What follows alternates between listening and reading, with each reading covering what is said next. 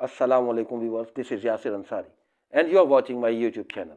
तो व्यूअर्स, अभी हम तस्करा करने जा रहे हैं, यानी कि एनालिसिस करने जा रहे हैं आज तीसरे दिन का जो गेम हुआ साउथ अफ्रीका और इंडिया के दरमियान।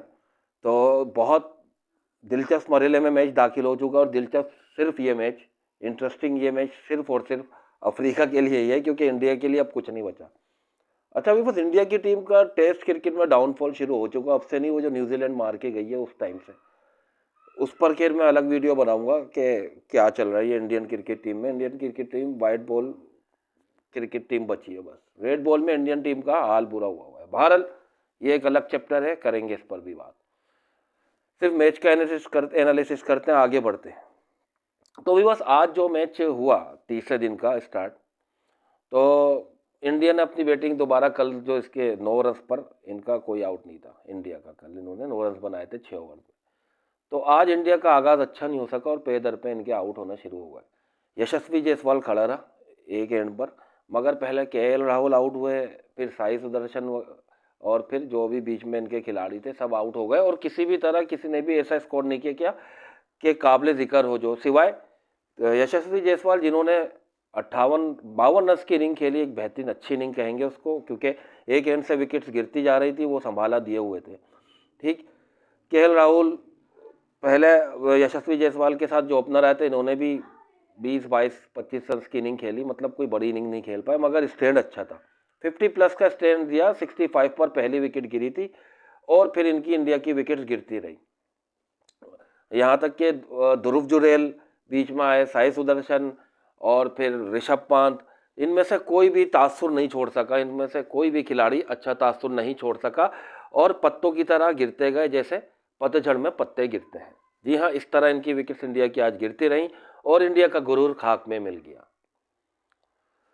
बाद में आने वाले खिलाड़ियों में आखिर में जो मुज़ाहमत की, वो बिल्कुल वॉशिंगटन सुंदर की तरफ से आई। वॉशिंगटन सुंदर ने एक बेहतरीन इनिंग खेली। मैं उसको बेहतरीन इनिंग इसलिए बोलूँगा कि उन्होंने ऐसे मौके पर भी 48-48 रन बनाकर गए और टीम को बहुत संभाला दिया। यहाँ तक कि एक टाइम इनकी और कुलदीप की पार्टनरशिप, कुलदीप यादव और इनकी पार्टनरशिप 72 रन, 71, 70 से 75 रन के दरमियान की पार्टनरशिप हुई है इनकी भी बस। और एक टाइम पे ऐसा लग रहा था कि इनकी पार्टनरशिप इंडिया को फॉलो ऑन से बचा लेगी या करीब तो ले जाएगी, मगर जब ये 75 और 72 रन के दरमियान इनकी पार्टनरशिप 70 के ऊपर गई, तो एक सीधी आती हुई गेंद पर जो थोड़ी सी बाहर निकली, उस पर एज दे बैठे अपना वॉशिंगटन सुंदर और कैच आउट हो गया स्लिप में। उसके बाद फिर इंडियन टीम 8वां आउट हुआ था वो, जब वॉशिंगटन सुंदर आउट हुआ 9 और 10वां फौरन आउट हो गया और इंडिया की टीम 201 पर सिमट गई। इंडिया ने अपनी पहली इनिंग में 201 बनाया, पूरा आउट हो गए इनके। अच्छा सबसे अहम बात, फॉलो ऑन नहीं कराया, क्योंकि 288 रन की लीड ली थी साउथ अफ्रीका ने। जी हाँ, साउथ अफ्रीका की लीड 280 रन की थी, मगर फिर भी साउथ अफ्रीका ने बहुत अच्छा किया, फॉलो ऑन नहीं कराया। अगर इंडिया को फॉलो ऑन कराया जाता तो इंडिया के पास चांस हो जाता, क्योंकि अभी वो दोबारा खेलने गए थे, रिदम में थे, जो आउट हुए थे वो वापस आके स्कोर करते थे और बॉलर्स भी थके हुए थे अफ्रीकन। तो मेरे ख्याल से टम्बा बवूमा, माय फेवरेट कैप्टन, उन्होंने बहुत अच्छा डिसीजन लिया कि फॉलो नहीं कराया और खुद बैटिंग करना आ गया। और इस टाइम तकरीबन 26 रन पे, 26 से 28 रन पे साउथ अफ्रीका का कोई भी खिलाड़ी आउट नहीं है और साउथ अफ्रीका की मजमूई लीड हो गई है 315-16 रन की। 315-16 रन की लीड है। जी हाँ व्यूअर्स, ये एक ऐसी लीड है जिस पर कोई भी टीम मैच चौथी इनिंग में जीत सकती है। अगर 315 रन किसी टीम के हो और 316 का टारगेट दे, एक अच्छा टारगेट होता है ये बैटिंग करने वाली टीम के लिए, मतलब मुश्किल टारगेट होता है और टीमें जीत जाती हैं इस स्कोर पर ही। मगर अभी तो पूरी इनिंग बाकी है इनकी, तो कल मेरे ख्याल से बवूमा की टीम आएगी खेलने साउथ अफ्रीका और पहले सेशन में कोशिश करेंगे ये रन्स बटोरें, जितने रन्स बना सकते हैं बनाए। और मेरा भी यही तज्जिया एनालिसिस है और यही ख्याल है जो क्रिकेट को देखते और समझते हैं कि कल ये पहला हाफ और हो सकता है सेकंड सेशन का पहला सेशन, और इसके अलावा सेकंड सेशन के शायद 1 घंटा और खेलेंगे, उसके बाद ये इंडिया को बैटिंग करने के लिए दे देंगे। 1.5 दिन होगा इनके पास आउट करने के लिए इंडिया को। बहरहाल ये बवूमा को चाहिए कल ये अगर 1.5 सेशन खेले तो ये 500 रन की लीड चढ़ा दें इंडिया पर और 500 का टारगेट दें और 1.5 दिन दे दें। अगर बना सकते तो बनाए, वरना आउट कर लें। और ज़्यादा चांसेस क्या, 95% साउथ अफ्रीका ये मैच जीत चुका है। जी हाँ व्यूअर्स, ये मैं आपको बताता चलूँ, 95% ये मैच साउथ अफ्रीका के हाथ में, सिर्फ 5% ड्रॉ हो सकता है या इंडिया जीत सकती है, सिर्फ 5% चांस है, वरना 95% साउथ अफ्रीका के हक में ये मैच चला गया। अच्छा, 201 रन पर जो इंडिया आउट हुई, इंडिया को आउट करने में सबसे बड़ा किरदार मार्को येन्सन का है। जी हाँ, मार्को येन्सन, जिन्होंने 5 विकेट्स ली, पंजा मारा, और 3 विकेट्स ली हार्मर ने, और एक विकेट ली महाराज ने, आई थिंक। जी हाँ, तो मार्को येन्सन की परफॉर्मेंस इस मैच में खुलकर सामने आई है एज एन ऑलराउंडर, क्योंकि मार्को येन्सन ने अपनी पहली बैटिंग में भी 93-91 बॉल्स पे बनाए थे। मैंने कल भी जिक्र किया था कि वल्लाह क्या खेला है इसने, 7 तो छक्के मारे थे इसने, T20 में भी नहीं मारता कोई जिस तरह मार्को येन्सन ने इनको बर्बाद। मार्को येन्सन कल और मुत्तुस्वामी कर गए थे।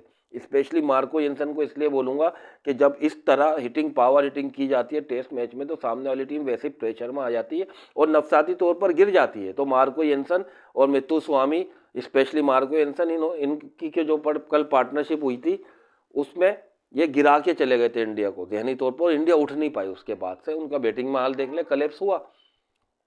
और अभी देखें, अभी आउट कर ले तो अफ्रीका को मुश्किल ही लग रहा है, और कर भी ले तो 325 रन की तो तकरीबन लीड खड़ी हो गई है। तो साउथ अफ्रीका मैच यहाँ से मेरे ख्याल से तो जीत गया है। साउथ अफ्रीका कल ही जीत जाएगा या परसों जीत जाएगा, 95%। देखिए, क्रिकेट बाई चांस है, आगे का कोई भी कुछ नहीं बता सकता, हम सिर्फ अपना एनालिसिस कर सकते हैं। जो क्रिकेट को जानते हैं, समझते हैं, मेरी बात को समझेंगे और मेरी बात की तायीद भी करेंगे कि इस टाइम अपर हैंड इस मैच में साउथ अफ्रीका का है 95%। 5% इंडिया भी जीत सकता है या ड्रॉ हो सकता है, कुछ अनहोनी हो जाए, शायद अनहोनी, जैसे एक दफ़ा VVS लक्ष्मण और राहुल द्रविड़ ने ऑस्ट्रेलिया के खिलाफ किया हुआ है। जी हाँ, कलकत्ता के मकाम पर। वो तो टेस्ट मेरी ज़िंदगी का सबसे अच्छा टेस्ट है जो मैंने लाइव देखा है। ठीक, उससे अच्छा टेस्ट कोई मेरी नज़रों में शायद ही एक आया हो, जो लारा ने भी 150 मारे थे, वो भी ऑस्ट्रेलिया और वेस्ट इंडीज़ का था, वेस्ट इंडीज़ में, जिसमें कॉर्टनी वॉश ने आखिर में 3 बॉल रोकी थी। एक वो मैच, और एक ये VVS लक्ष्मण ने जिसमें 250 रन मारे थे और 183 राहुल द्रविड़ ने किए थे। VVS लक्ष्मण ने 257 पर आउट हुआ था। खैर, अगर उस तरीके की कोई अनहोनी हो जाए, मगर वो भी फॉलो ऑन करा दिया था ऑस्ट्रेलिया ने अब इंडिया को, तो इंडिया बैटर्स थोड़े रिदम में थे, पहली इनिंग में आउट हो गए थे गो के वो, मगर फिर रिदम में आए थे, तो मिडिल हुई थी बॉल, शुरू में 3 आउट हो गए थे, फिर बहरहाल वो तो खैर नाकाबिले यकीन परफॉर्मेंस दी थी, स्पेशली VVS लक्ष्मण ने, क्या मैच जीते थे वो। ऐसी कोई अनहोनी हो जाए इंडिया की तरफ से, जो कि एक बहुत मुश्किल बात है, नामुमकिन इसलिए नहीं बोलूँगा, क्रिकेट में कुछ भी हो सकता है, मगर यहाँ से इस टाइम 95% मैच साउथ अफ्रीका के हाथ में है। साउथ अफ्रीका जीत चुका है, कल जीत जाएगा या 5वें दिन जीत जाएगा, अगर कोई बारिश वगैरह आंधी तूफान ना आया तो। और 5% इंडिया या ड्रॉ हो सकता है, या तो इंडिया जीत जाएगा या ड्रॉ हो जाएगा, ये सिर्फ 5% प्रोबेबिलिटी है इस चीज़ की। तो व्यूअर्स, ये थी मेरी आज की वीडियो। और Temba Bavuma my favourite captain, your favourite captain, मेरी दुआएं आपके साथ है टम्बा, क्योंकि आपके साथ इन्होंने गलत किया था। ये जानते हैं इन लोगों के खुद के स्किन कलर कितने ब्लैक हैं, कितने बदसूरत कौम दुनिया की सबसे ज़्यादा, यही है इंडिया, और इन्होंने आपको बोला था Bavuma, I am talking to you right now. तो बवुमा, अल्लाह पाक आपके साथ है, आपके साथ कुदरत भी, आप ऐसे ही टेस्ट में जीतो और आगे भी जीतते चले आओ, because you are my favourite captain. और व्यूअर्स, आपका भी फेवरेट कैप्टन टम्बा बवुमा होना चाहिए। कमेंट कीजिएगा इस बारे में, जो भी इस बारे में अपनी राय देना चाहे। तो मिलते हैं नेक्स्ट वीडियो के साथ। अपना और अपने आसपास के लोगों का बहुत ख्याल रखिएगा। तब तक के लिए अल्लाह हाफिज़।